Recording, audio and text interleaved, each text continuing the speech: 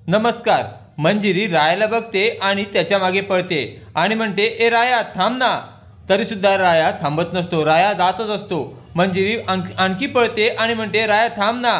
त्यानंतर राया थांबतो आणि मंजिरी म्हणते, ए राया तू काही गुंड वगैरे नाही आहेस, तू खूप चांगला माणूस आहेस, मला माहिती आहे ना।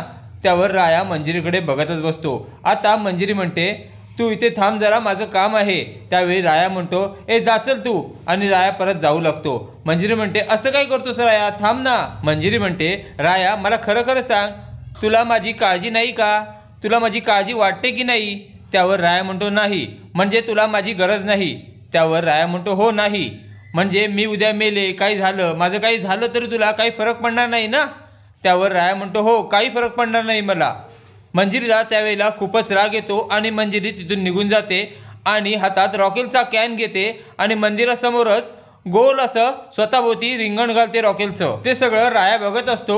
राया तिथनं निघून जाण्याचा विचार करतो। तेवढ्यात मंजिरी म्हणते, हे बघ राया, तुला मी तुझ्या आयुष्यात नको आहे ना। त्यावर राया निघालेला असतो आणि मंजिरी म्हणते, ठीक आहे। राया आणि माचीची काडी पेटवते आणि रिंगणाभोवती फेकते।